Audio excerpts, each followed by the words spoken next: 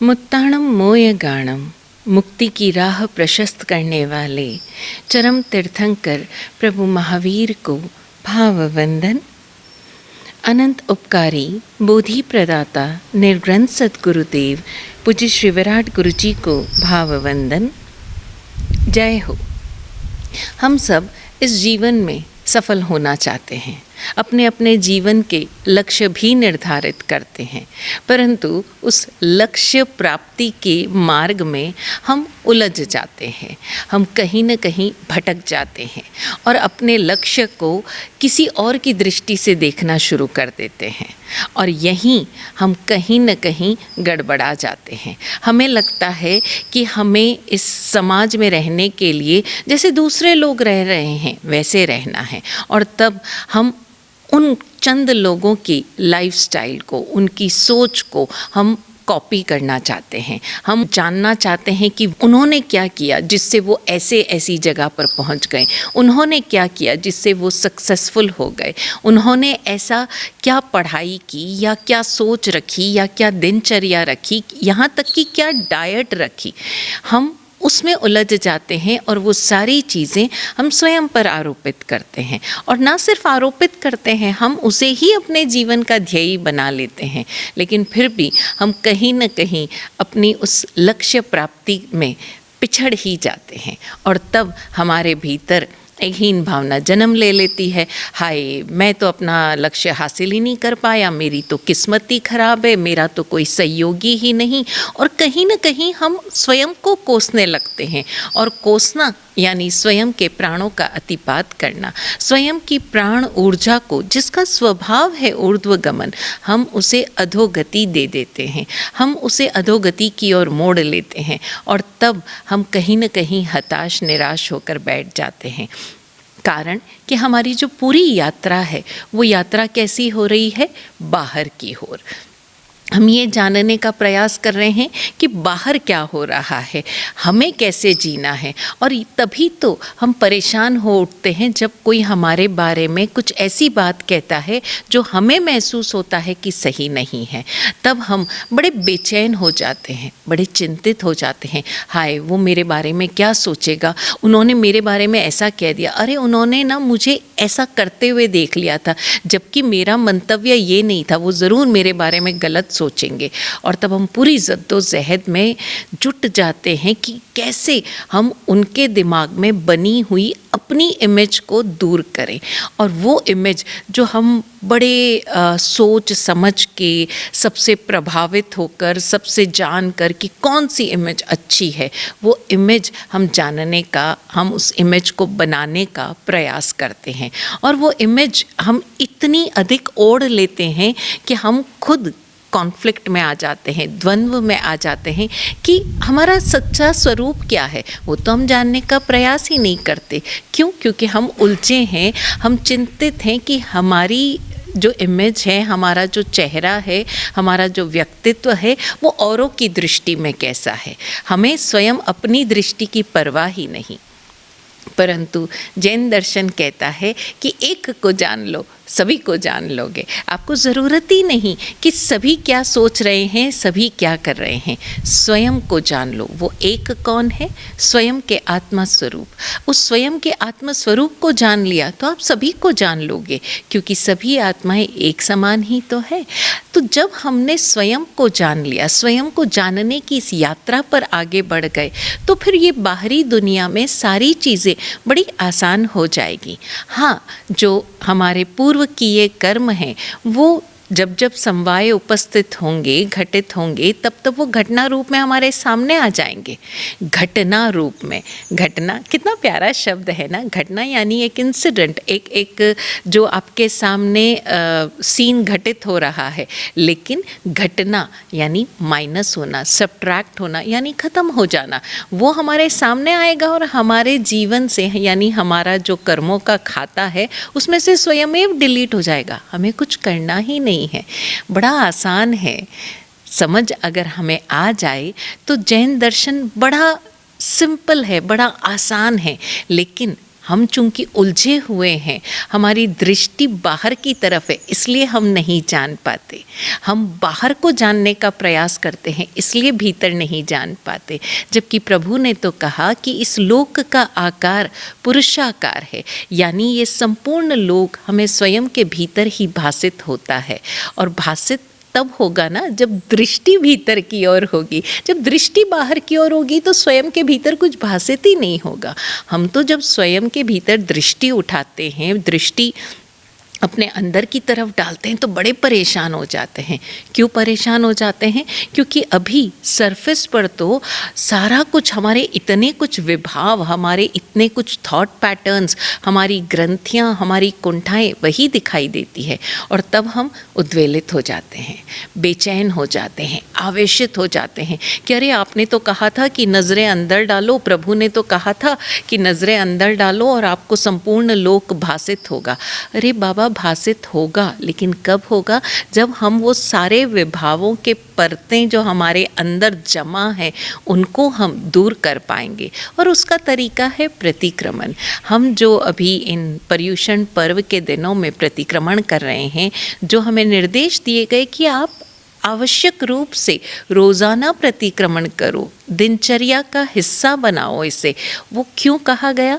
कि जब जब हम जान कर, समझ कर, देख कर अपने भीतर इन विभावों की परतों को अपने से अलग करते जाएंगे तो ना कुंठाएं जन्म लेगी, ना इच्छाएं, ना आसक्तियाँ, कुछ भी नहीं रहेगा। और जब ये विभावों के सारी जो पड़ते हैं वो दूर हो जाएगी, विसर्जित हो जाएगी, जो पीछे बचेगा वो स्वभाव रूप आत्मस्वरूप ही तो बचेगा। तो ये ज़्यादा मुश्किल नहीं है अगर हम इस यात्रा पर चलने का साहस कर ले। और वो साहस हमें अग्निकाय के जीवों से मिल सकता है। जी हाँ, हमने 2 दिन पृथ्वी काय और अपकाय के बारे में जाना। अब ज़रा हम देखें कि इस सृष्टि में व्याप्त जो अग्नि तत्व के जीव हैं, जो पूरी तरह से 2 पोल्स, शीतोष्ण, शीत और उष्ण, इन 2 के भीतर ये जो हम कह सकते हैं कि 2 पोल्स है, एक सर्द एक गर्म, इनके भीतर ये पूरे अग्निकाय के जो जीव है वो अपना जीवन जी रहे हैं। हमें भले ही नंगी आँखों से भासित ना होते हो, विज्ञान भले ही उसे किसी रूप में ना प्रूव कर पाया हो, लेकिन एक बहुत छोटी तरह से हम जान सकते हैं कि हमारे इस शरीर के भीतर हम जो भोजन ग्रहण करते हैं वो पचता कहाँ है? हमारे इस स्टमक में, हमारे इस पेट में, उदर में, जठर में कहा जाता है जठराग्नि है। वो जठराग्नि कहाँ से आई? अग्नि तत्व के ही तो जीव है। हमारे इस शरीर में पूरे संपूर्ण 6 काय के जीव हैं।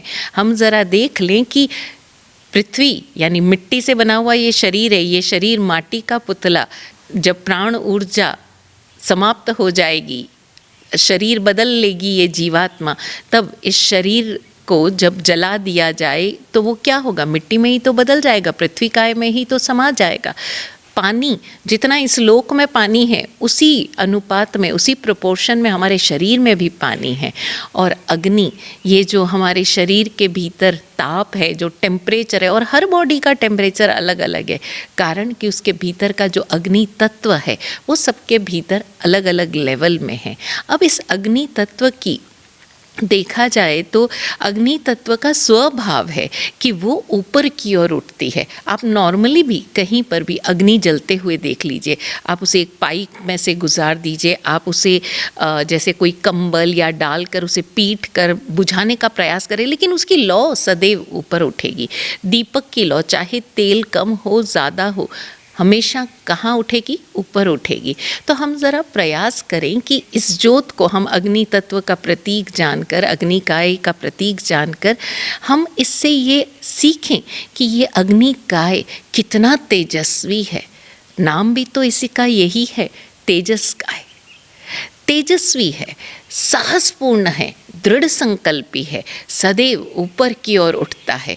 तो हम इस अग्निकाय से, इस दीपक की लौ से अगर हमें साधना ही करनी है तो दीपक की इस लौ के साथ हम त्राटक ध्यान साधन ना करें, बिना किसी भाव के, बिना किसी सोच के सबसे बड़ी चीज़ है न करेमी के भाव से अगर हम मात्र त्राटक ध्यान करना शुरू कर दें तो हमारे भीतर अपनी उस इष्ट साधना के प्रति दृढ़ संकल्प स्वयमेव प्रकट होगा।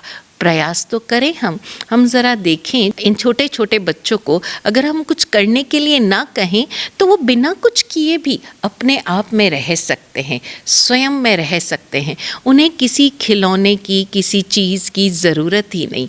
हम देखें पहले, अगर हम आज से 25, 30, 40 या 50 साल पहले की बात करें, तब बच्चों के लिए इतने सारे डिस्ट्रैक्शंस नवजात शिशुओं के लिए पैदा ही नहीं हुए थे। बच्चे को बस एक इस तरह से लिटा दिया जाता था कि वो अपने आप के साथ ही खेलता रहता था, उसे किसी और खिलौने की ज़रूरत नहीं थी, कारण कि वो जानने का प्रयास कर रहा था। अब हम क्या कर रहे हैं, उसके ऊपर वो सारे खिलौने लगा देते हैं सब कुछ, और कहीं ना कहीं उसका ध्यान भटकाते हैं। और ये आदत हमारी ऐसी पड़ गई है क्योंकि हम स्वयं अपना ध्यान भटकाते रहते हैं। हम स्वयं के साथ कुछ क्षण ही नहीं बैठ पाते हैं और फिर हम शिकायत पर आते हैं कि हमें अपना लक्ष्य सिद्ध नहीं होता। अरे लक्ष्य सिद्ध होगा कहाँ से? हम अपनी इष्ट साधना यानी अपने इष्ट स्वरूप, अपने स्वयं के स्वरूप के साथ बैठते ही नहीं हैं। लक्ष्य भी हम आरोपित कर रहे हैं, किसी ने ऐसे हासिल कर लिया, हमें भी वो चाहिए, किसी ने ऐसा कुछ तपस्या की, हमें भी वो करनी है। तो लक्ष्य भी किसी और का, उनकी जो जीवन शैली है वो भी हम स्वयं पर आरोपित कर रहे हैं। यानी स्वयं की योग्यता, स्वयं की जीवात्मा को तो हम साइड में रख रहे हैं और चाह रहे हैं कि हमें अपना लक्ष्य सिद्ध हो जाए। तो आज स्वयं के साथ जीते हुए ज़रा हम देखें कि क्या हम वाकई में हीन भावना से ग्रसित हैं, और अगर ग्रसित भी हैं, इन्फीरियर हैं भी, तो ये इन्फीरियरिटी आई कहाँ से? जीव का स्वभाव तो है नहीं इन्फीरियर होना, उसका तो स्वभाव है बढ़ते जाना। आत्मा का तो स्वभाव है आनंद में रहना, फिर वो दुखी हुआ क्यों, इन्फीरियर हुआ क्यों, असुरक्षित हुआ क्यों? क्या कारण है कि हम वो लक्ष्य हासिल नहीं कर पाए? वो लक्ष्य वाकई क्या हमारा है या किसी और का है? वो जो इष्ट जिसे हम अपना इष्ट कह रहे हैं, क्या वो वाकई हमारा अपना इष्ट है या किसी और का उधार लिया हुआ है? अगर वो हमारा अपना है तो वहाँ तक पहुँचने की जो यात्रा है बड़ी सीधी है। हम तेजस काय से स्वयं को प्रेरित करें कि जिस तरह अग्नि सदैव ऊर्ध्वगामी है, तेजस्वी है, दृढ़ संकल्पी है, उसी तरह से मेरा ये जीवन भी सदैव दृढ़ संकल्पित रहे। अब उस दृढ़ संकल्प की राह में क्या ऐसी चीज़ें हैं जो हमें रोक रही है? हमारी छोटी छोटी इच्छाएं, हमारे छोटे छोटे डर ज़्यादा बड़े नहीं हैं, ये छोटी मोटी ही इच्छाएं हैं। आज उठ रही है, कल तक ख़त्म भी हो जाएगी अगर उस पर ध्यान नहीं देंगे तो। प्रतिक्रमण में जब हम साधना कर रहे हैं, मात्र इतना ध्यान दे दें कि जो अनावश्यक है, और पूरे भाव सहित अगर हम अपने भीतर ये कह देते हैं कि ये अनावश्यक है तो हट जाएगा। पूज्य विराट गुरु जी ने हमें इस आवश्यक और अनावश्यक का भेद समझाते हुए ये समझाया कि आपके शरीर में अगर कोई फोड़ा हो गया या कोई फुंसी हो गई, आप कुछ मत करो, उसको दूर करने का भी प्रयास मत करो। आप मात्र उस पर ध्यान केंद्रित करके इतना जान लो कि ये अनावश्यक है, ये अनावश्यक है, इसकी आवश्यकता ही नहीं। मात्र इस अनावश्यक के भाव से या उस पर ये कहने से, भीतर ये भाव जगाने से कि ये अनावश्यक है, वो स्वयमेव आपके शरीर से हट जाएगा, आपको कुछ करना ही नहीं पड़ेगा। लेकिन हम मात्र इतना नहीं करते ना, हम तो उसके साथ उस अनावश्यक को अनावश्यक कहने के चक्कर में 100 एक्सक्यूज़ेस दे देते हैं। अरे इसमें दर्द हो रहा है, अच्छा अब ये फूटेगा तो ऐसा हो जाएगा। क्यों? क्योंकि हमने किसी और का फोड़ा फूटते हुए देखा है, किसी और को दर्द में कराते हुए देखा है, तो हम उस दर्द को स्वयं पर आरोपित कर रहे हैं। आप अक्सर देखिए डॉक्टर्स इंजेक्ट करते हैं, इंजेक्शन लगाते हैं तो बंदा बड़ा डरता है, अरे अरे नहीं दर्द होगा दर्द होगा दर्द होगा। लेकिन अगर उसे बातों में लगा दिया जाए, इधर उधर उसका ध्यान भटका दिया जाए, कब इंजेक्शन, कब वो जो नीडल है उसके भीतर गया, इंजेक्ट हुआ वो दवाई और बाहर निकल गया, उसे पता भी नहीं चलेगा। तो हम दर्द को भी हम इन इन्फीरियरिटी, असुरक्षा, कॉम्प्लेक्सेस, इन भावनाओं को भी अपने ऊपर आरोपित करते हैं। और वर्तमान समय में ये सो कॉल्ड सभी लोग साइकोलॉजिस्ट बन रहे हैं, सभी लोग मनोविज्ञान इस तरह से पढ़ रहे हैं कि छोटी से छोटी चीज़ आती है उसको एक नया नाम देकर मेमोरी में डाल देते हैं।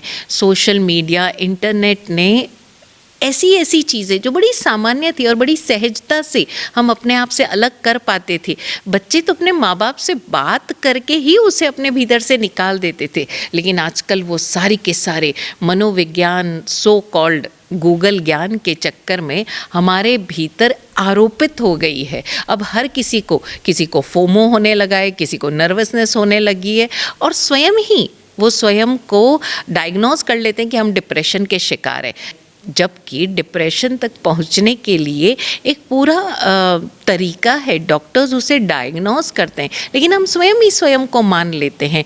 मदर स्वयं ही अपने बच्चे को ट्रीट कर लेती है कि अरे अरे अरे आपको पता नहीं है, इसको ये हो गया, इसको ये हो गया।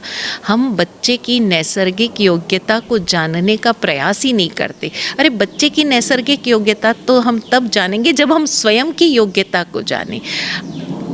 सभी लोग जैसे साधना कर रहे हैं हम भी कर लेंगे। अरे एक मदर है जो 4 महीने का जिसका बच्चा है वो ब्रेस्ट फीड कर रही है अपने बच्चे को, लेकिन जी 8 दिन आ गए हैं और तो हम कुछ नहीं करेंगे, अपना काम धंधा नहीं छोड़ेंगे, हमें करना ही पड़ेगा अपनी प्रोफेशनल सारी रिस्पॉन्सिबिलिटीज़ को पूरा। हम क्या करेंगे भाई, 8 दिन उपवास कर लेंगे। क्यों कर लेंगे? क्योंकि हम तो तपस्या कर रहे हैं ना, पर्यूषण आया है, पर्यूषण आया है। हम भूल जाते हैं कि हमारी आकृत आज्ञा क्या है। हम अपनी उस आकृत आज्ञा से परे अतिक्रमण कर रहे हैं उस बच्चे को जिसको हमारी ज़रूरत है, एक माँ की ज़रूरत है। हम प्रतिक्रमण नहीं करेंगे, हम कोई और अन्य तपस्या नहीं करेंगे, लेकिन हमें उपवास करना है, हमें अठाई करनी है। क्यों? क्योंकि हमें धार्मिक होना है। तो हम ये सारे टैग्स लेकर चल रहे हैं। हम दिखावे में, प्रदर्शन में इतना उलझ गए हैं कि ये जो समय जो प्रकृति ने हमें दिया है, प्रकृति के अनुसार हमें स्वयं के साथ जीने में बड़ी आसानी होगी, भीतर उतरने में बड़ी आसानी होगी, लेकिन हम उसे भूलकर बाहर जाते हैं। हम इतने अधिक प्रदर्शन में उलझ गए कि अपने उस इष्ट लक्ष्य से हम भटक जाते हैं। आज के दिन प्रतिक्रमण करते हुए ज़रा स्वयं को चेक करें कि क्या वाकई जिसे आप अपना इष्ट लक्ष्य कह रहे हैं वो आपका अपना है, स्वयं का है। जिस रास्ते आप चल रहे हैं क्या वो आपकी नैसर्गिक योग्यताओं के अनुकूल है, यानी नैसर्गिक योग्यता के स्वभाव से है, या आरोपित है? आपके भीतर जो हीन भावना है वो वाकई आपकी अपनी है या स्वयं दूसरों से आरोपित करके आपने अपने भीतर डाल दी है? आपके जो लक्ष्य हैं या आपकी जो इच्छाएं, कांक्षाएं हैं, वो कहाँ से जन्म ली है? दूसरों को देखकर जन्म ली है या आपके भीतर? तो अगर वाकई ये सब बाहर से प्रेरित है तो हम जानकर समझकर उसे खुद से अलग कर दें। याद रखें ये सूत्र, जो एक को जान लेता है वो सबको जान लेता है।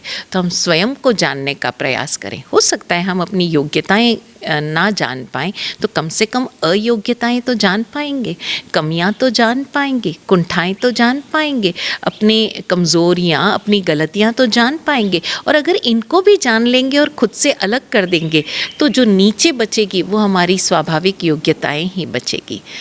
प्रतिक्रमण करते हुए गुरु कृपा से हम इन सारी कमियों, कमज़ोरियों से जो भी कुछ विभाव है, जो पर भाव है, जो मेरा अपना नहीं है, स्वभावगत गुण नहीं है, उनको खुद से अलग कर पाएँ और अपने निज स्वरूप में आ पाएँ, अपने केंद्र में स्थित हो पाएँ। इन सारे अतिक्रमणों से परे हम स्वयं को जान पाएँ, वहाँ से लौटाकर हम अपने केंद्र में स्थित हो पाएँ। यही सद्भावना।